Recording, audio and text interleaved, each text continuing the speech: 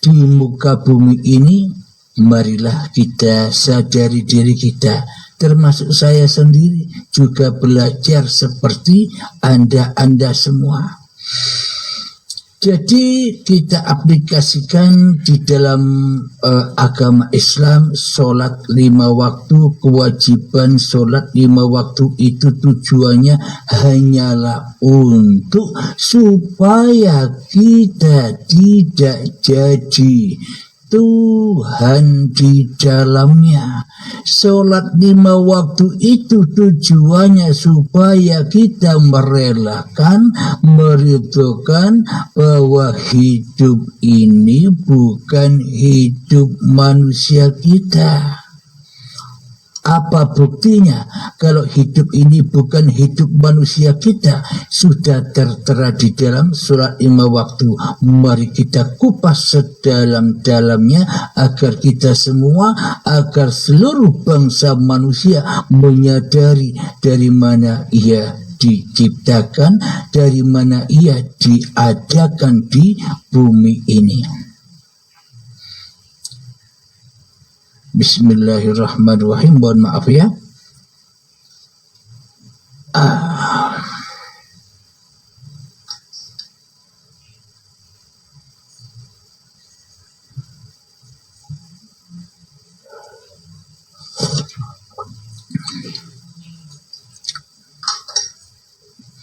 Bismillahirrahmanirrahim. Di dalam sholat 5 waktu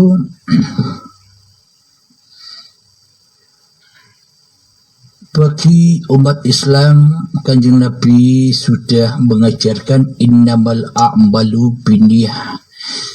Jadi segala sesuatu itu tergantung niatnya. Maknanya tergantung niatnya itu di dalam segala sesuatu yang kita lakukan, di dalam segala sesuatu kehidupan. Bila di dalamnya dikuasai oleh Tuhannya, itulah niat yang lurus, yakni lillahi ta'ala. Namun bila di dalam hatinya masih diri manusianya yang merasa melakukan, yang merasa berkuasa atas segala aktivitasnya, maka seluruh apapun yang diamalkannya tersesat dari Tuhannya. Maknanya tersesat, dimakan oleh hawa nafsune dewe. Akhirnya diakuinya lah semua pekerjaan ini, semua amal-amal ibadah ini sebagai dirinya lah yang melakukan. Inilah orang-orang yang tersesat dari jalan Tuhannya karena niatnya tidak lurus, niatnya tidak membuka pintu lillahi ta'ala. Ketika kita sholat pastinya ada niatnya. Seumpama sholat subuh, usolli fardhu subahi rak'ataini mustaqbilal qiblati adaan lillahi ta'ala, adaan imaman, adaan ma'muman lillahi ta'ala. Maknanya jadi imam, jadi makmum sendirian pun di dalam sholat itu pasti ada ungkapan lillah. Jadi keadaan berjamaah pun, jadi keadaan jadi imam pun, jadi keadaan jadi makmum pun, jadi keadaan sholat sendirian pun pasti wajib dikembalikan lagi bahwa semua ini, keadaan ini hanyalah milik Allah, hanyalah milik uripe Allah. Itulah niat yang lurus. Jangan diniatkan kemana-mana, luruslah kepada uripe Allah. Allahu Akbar. Setelah lurus niat itu, maka nyatalah kebesaran Allah yang mengangkatkan tangan ini, hidup yang mengangkatkan tangan Allahu Akbar. Maka benarlah keakbaran Allah ketika manusianya sudah mati. Ini bukti lambangnya. Maka nyatalah kebesaran Allah ketika manusia sudah tak wujud lagi. Maka nyatalah kebesaran Allah ketika manusianya sudah tak hidup lagi, sudah tak kuasa lagi.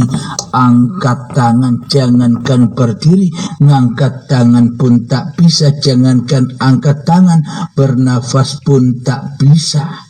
Bila tanpa uripe Allah, maka tersadarlah manusia bahwa Tuhanlah yang mengangkatkan tangan, Tuhanlah yang menggerak-gerakkan tubuhnya. Maka nyata kebesarannya bila manusianya rela, ridho bahwa diri manusianya itu ternyata hanya sebuah makhluk, hanya seorang makhluk, hanya benda yang mati. Inilah tujuan sholatnya seluruh manusia. Inilah tujuan ibadahnya seluruh manusia. Inilah tujuan persembahannya seluruh manusia kepada Tuhannya. Meskipun wadah-wadah agamanya berbeda, namun tujuannya sama, menghadap, menghamba kembali kepada yang menciptakannya. Kemudian setelah Allahu Akbar, setelah mati manusianya, tujuan sholat 5 waktu itu kan kita tujuannya belajar mati, bukan belajar tambah jadi orang mulia. Tujuannya bukan malah menjadi orang yang kepingin jadi orang yang dihormati umat. Salah besar. Di sini sholat 5 waktu itu tujuannya untuk menghancurkan diri manusia kita, menghancurkan kesombongan diri manusia kita, menghancurkan kebanggaan diri manusia kita, menghancurkan kemuliaan diri manusia kita. Baru kita bisa sholat. Maka dari itu orang yang belum Islam, belum apalagi Islam, iman saja belum ada di dalam hatinya, Tuhan saja belum terwujud di hatinya, Tuhan saja belum hadir di hatinya, tidak akan pernah bisa sholat dengan benar, tidak akan pernah bisa sholat dengan khusyuk. Karena bagaimana mungkin Allah menerima sholatnya orang yang tak menyembah Allah, sedangkan di dalam sholatnya hanyalah menyembah setan dan dirinya sendiri. Maknanya menyembah setan dan menyembah dirinya sendiri itu apa?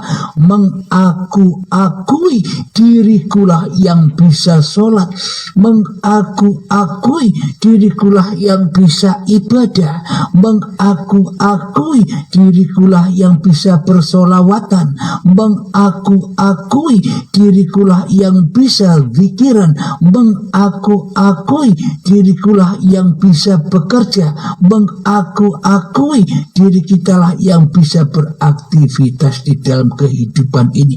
Inilah yang dimaksud manusia seperti Fir'aun, yang ada yang wujud di hatinya hanyalah dirinya sendiri, sementara Allah gaib, sementara Allah tiada, sementara Allah mati bagi diri manusianya. Mana mungkin bisa menghadap kepada yang mati, sementara dirinya yang merasa menjadi Tuhannya di dalam kehidupan ini.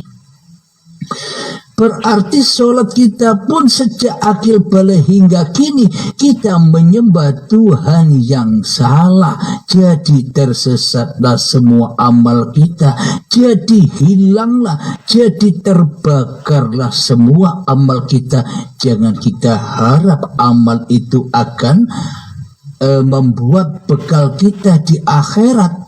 Wong amalnya sudah dimakan-makan sendiri, berbuat-buat sendiri, disembah-sembah sendiri, dicipta-ciptakan sendiri, diagung-agungkan sendiri, diwujud-wujudkan sendiri, dimulia-muliakan sendiri. Kita selama ini menyembah berhala-berhala.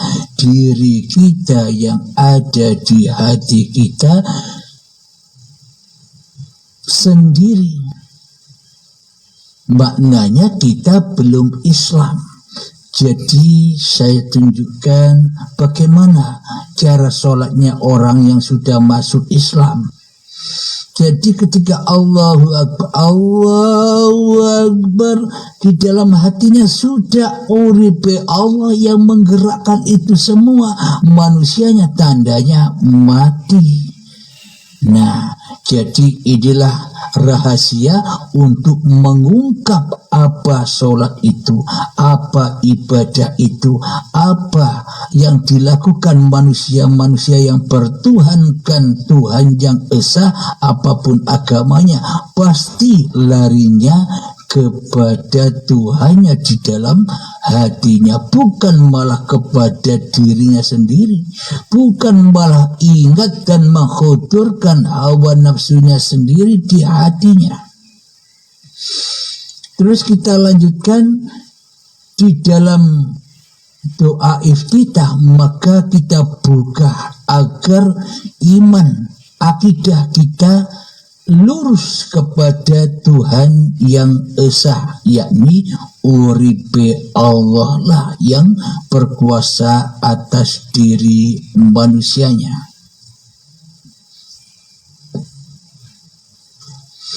Mari kita baca doa iftitah untuk membuktikan bahwa di dalam sholat itu kita wajib mati dulu baru bisa sholat yang benar di sisi Allah, bukan di sisi setan sholatnya.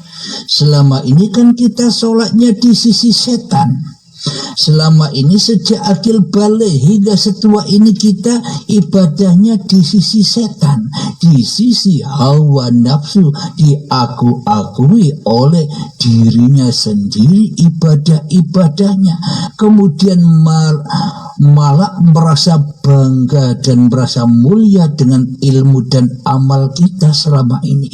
Inilah bahwa bukti selama ini kita tidak beragama kepada Allah, tidak mentuhankan Allah, tidak mewujudkan Allah di hati kita, malah mewujudkan syaitan dan hawa nafsu kita sendiri. Berarti selama ini kita salah Tuhan, salah akidah, salah tuntunan yang dituntunkan oleh Kanjeng Nabi Muhammad sallallahu alaihi wasallam, membawa agama yang rahmatan lil alamin. Mestinya Allah yang wujud, lo kok manusianya yang wujud? Itu sudah pasti salah Tuhan.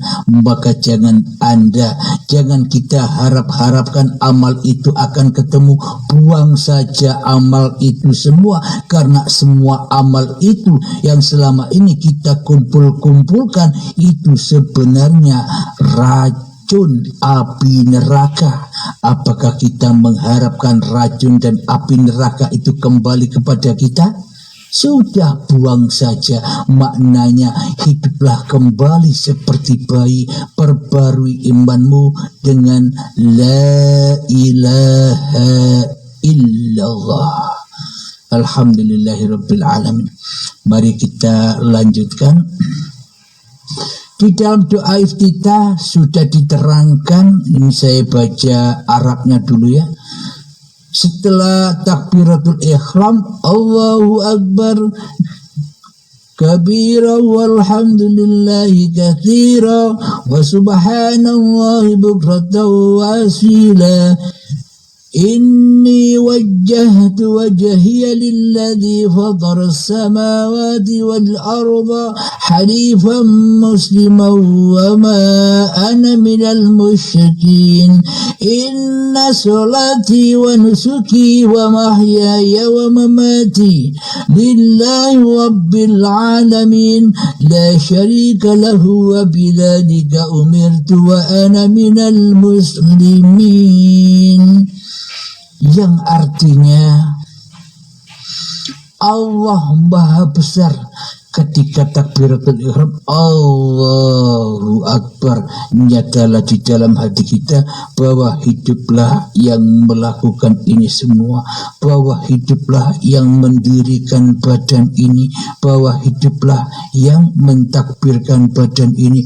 Manusianya sudah jangan ikut-ikut lagi, biar Allah yang menguasai kita, janganlah kita yang menguasai Allah. Terbalik itu. Kemudian setelah Allah Maha Besar, Allah memuji dirinya sendiri. Segala puji bagi Allah dengan pujian yang banyak. Maha suci Allah pada waktu pagi dan petang. Inilah buktinya bahwa uripe Allah yang berkuasa, yang berkuasa atas segala puja dan puji. Bila tak ada uripe Allah, apa ada puja dan puji? Bila tak ada uripe Allah, apakah ada kesucian? Inilah kesucian uripe Allah di waktu pagi dan petang. Selanjutnya artinya, sesungguhnya aku hadapkan wajahku kepada wajah Tuhanku, wajah Allah. Sesungguhnya aku hadapkan, ini wajahtu wajhiya lilladzi fatara samawati wal ard. Sesungguhnya aku hadapkan wajahku kepada wajah Tuhanku yang telah menciptakan langit dan bumi dengan segenap kepatuhan atau di dalam keadaan tunduk. Inilah buktinya bahwa wajah kita, bahwa wajah seluruh alam semesta ini hakikatnya wajhullah. Bila manusianya mati, tapi bila manusianya masih hidup, ya takkan pernah bisa menyaksikan wajhullah.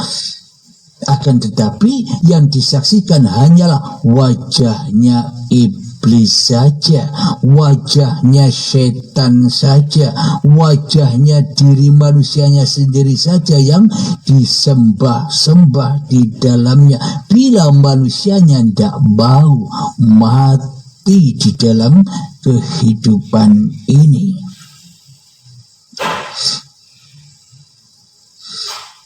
Selanjutnya, dan aku bukanlah dari golongan orang-orang yang menyekutukannya. Jelas sudah.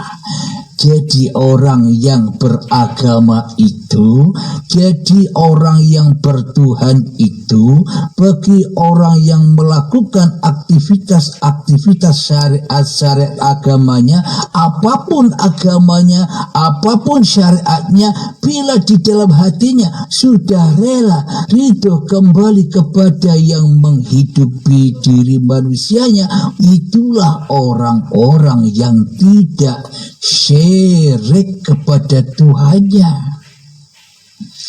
Akan tetapi meskipun kita memeluk agama apa saja, meskipun kita melakukan syariat-syariatnya agama apa saja, bahkan Islam pun, syariat Islam pun, bila di dalam hati kita masih wujud manusianya, masih hidup manusianya yang merasa melakukan sholat dan melakukan segala aktivitas kehidupan, seolah-olah kita begini, wahai Tuhan, stop, jangan kau ikut-ikut ibadah aku, enyahlah, goiblah, tiadakanlah dirimu Tuhan. Aku yang ada, aku yang wujud, aku yang hidup, aku yang berkuasa atas sholatku. Apakah ini dikatakan sholat? Inilah kesyirikan. Jadi selama ini sejak akil balik tiba hingga setua ini kita syirik, belum beragama apalagi bertuhan. Wong di dalam hatinya tak ada Tuhan kecuali yang ada hanya diri kita sendiri. Ini yang harus kita ketahui bersama, wahai umat manusia.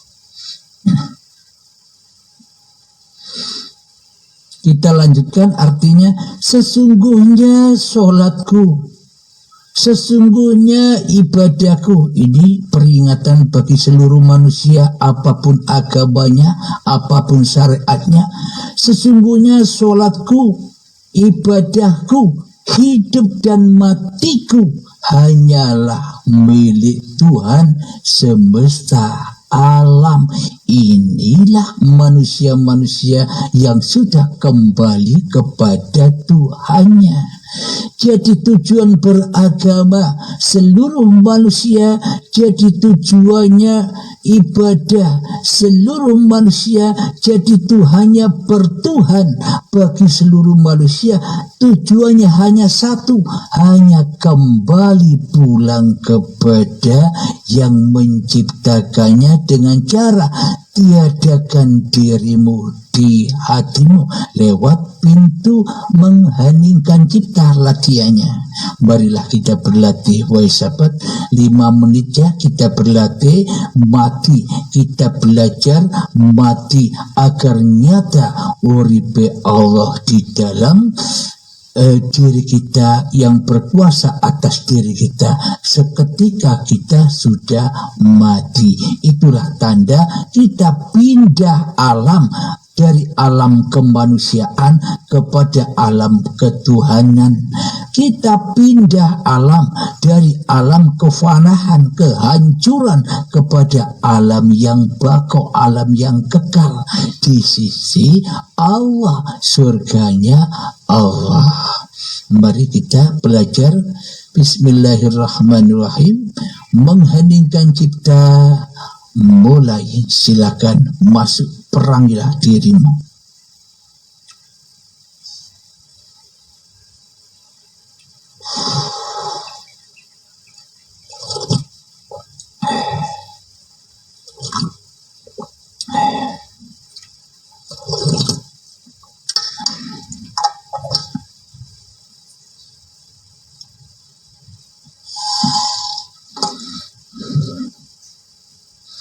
Lima menit belajar.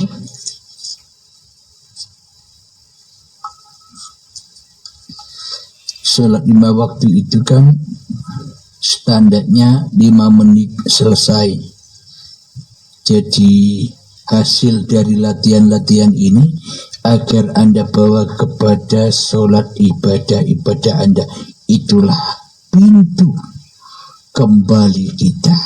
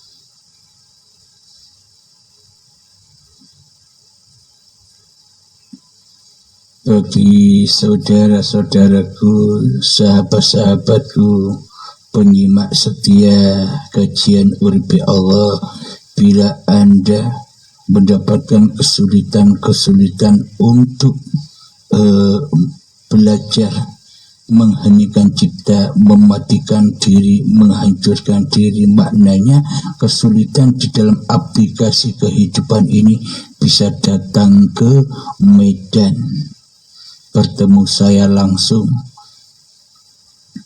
di Langkat Sumut bertemu menghadap saya langsung, dibuka semuanya. Silakan para sahabat-sahabat, apalagi yang ada di Medan sendiri,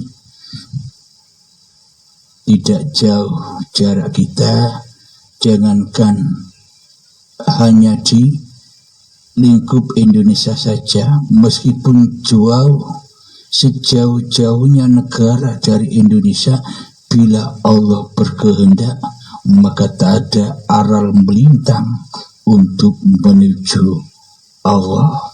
Maknanya untuk memahami kajian-kajian uripe Allah ini. Karena kajian-kajian seperti ini takkan pernah bisa ditukar dengan bumi diserupakan intan permata yang termahal pun.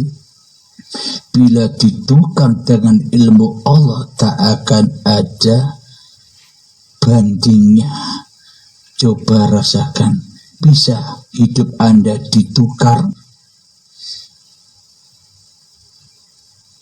Nah, maknanya belajar hening ini menukar hidup yang Anda aku selama ini dikembalikan kepada Tuhan. Bila Anda merasa kesulitan, ya marilah kita belajar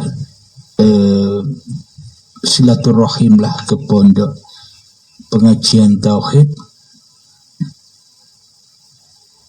Nur Tajalli Sifatullah di Langkat Medan. Alamat lengkapnya bisa pada admin.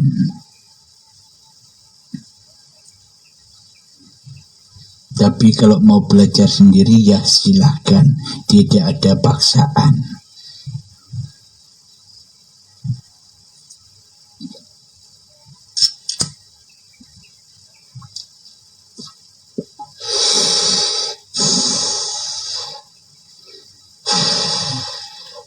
Alhamdulillahirabbil alamin, mengheningkan cipta selesai. Jadi apapun peristiwa-peristiwa yang ada di dalam saat Anda berlatih mengheningkan cipta, saat Anda berlatih membunuh dirimu sehingga nyata diri Tuhanmu, ada hal yang aneh-aneh, silahkan kirim ke admin 082245647438. insyaallah kami balas.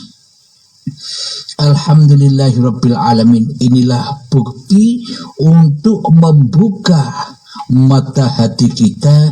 Kita wajib masuk Islam dulu. Apa caranya?